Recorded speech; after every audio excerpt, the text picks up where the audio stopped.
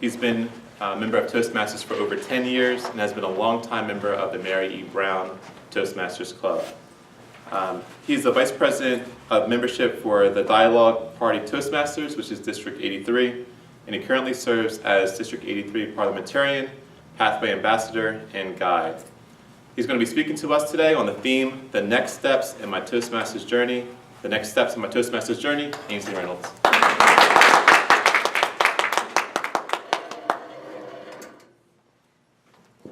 It's in my space.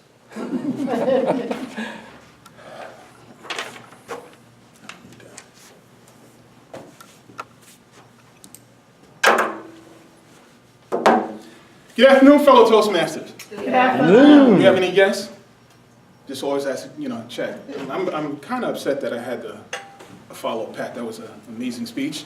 You would think this was my first time, but I'm a little mad because now I have to, bring it to the next level.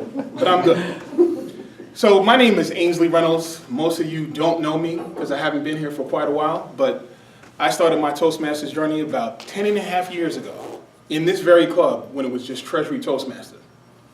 That is before we renamed it after Mary E. Brown, one of my early mentors in Toastmasters, hence why we named the club after her. November 2007, I had just started with the state probably three days prior. I saw a flyer in the break room and decided to go check it out. Now, the speech is my next step in Toastmasters, but I got to take you back before I can take you forward. 10 and a half years. 10 and a half years, 2 clubs, 2 districts, president, vice president, area director, sergeant-at-arms, you name it, probably been there, done that, district conferences. And I say all that is because it's been an exciting journey. And as newer Toastmasters, or you come across people that are looking to join Toastmasters, hence this video, because that's what this is going to be, a promotional video, to get other people to join our ranks, because I feel that passionate about Toastmasters.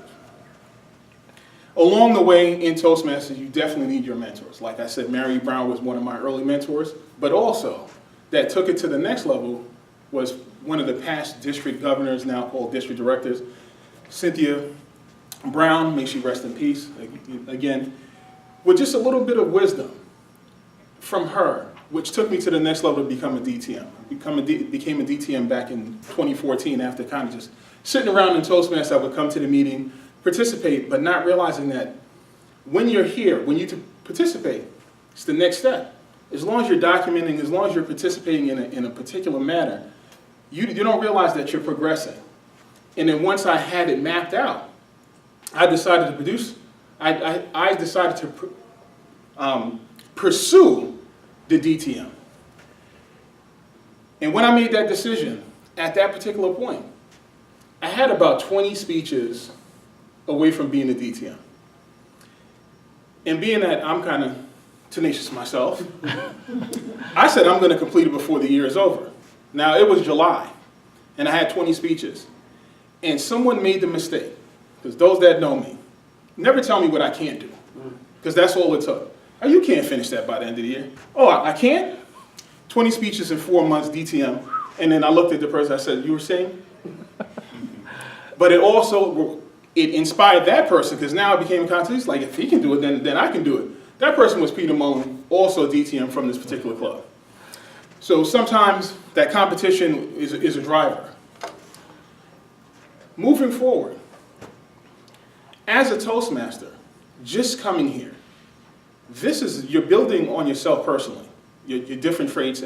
Some people have to figure out, but do I really want to do this? Yes, you want to do this. You speak every day.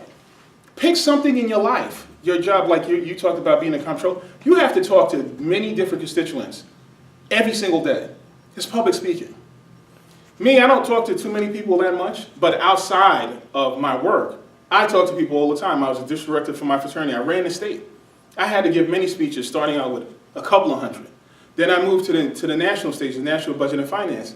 Now I'm talking to thousands of people.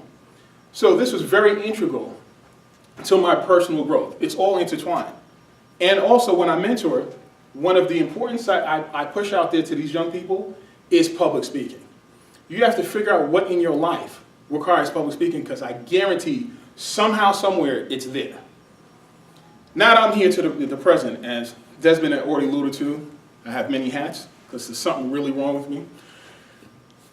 As a district parliamentarian, pathway guide, pathway ambassador in District 83, I have a sort of advantage because being that I'm also in this club, you already rolled out pathways, I was able to see it. So when I became a pathway ambassador in that district, they thought I was a rock star. I took it, but it gave me a slight advantage in able to speak better to those that are coming into pathways. They're still struggling with it, but each time that we have, discussion, each visit becomes easier and easier for them to understand. My next step, because I'm very ambitious and I like to keep a positive attitude,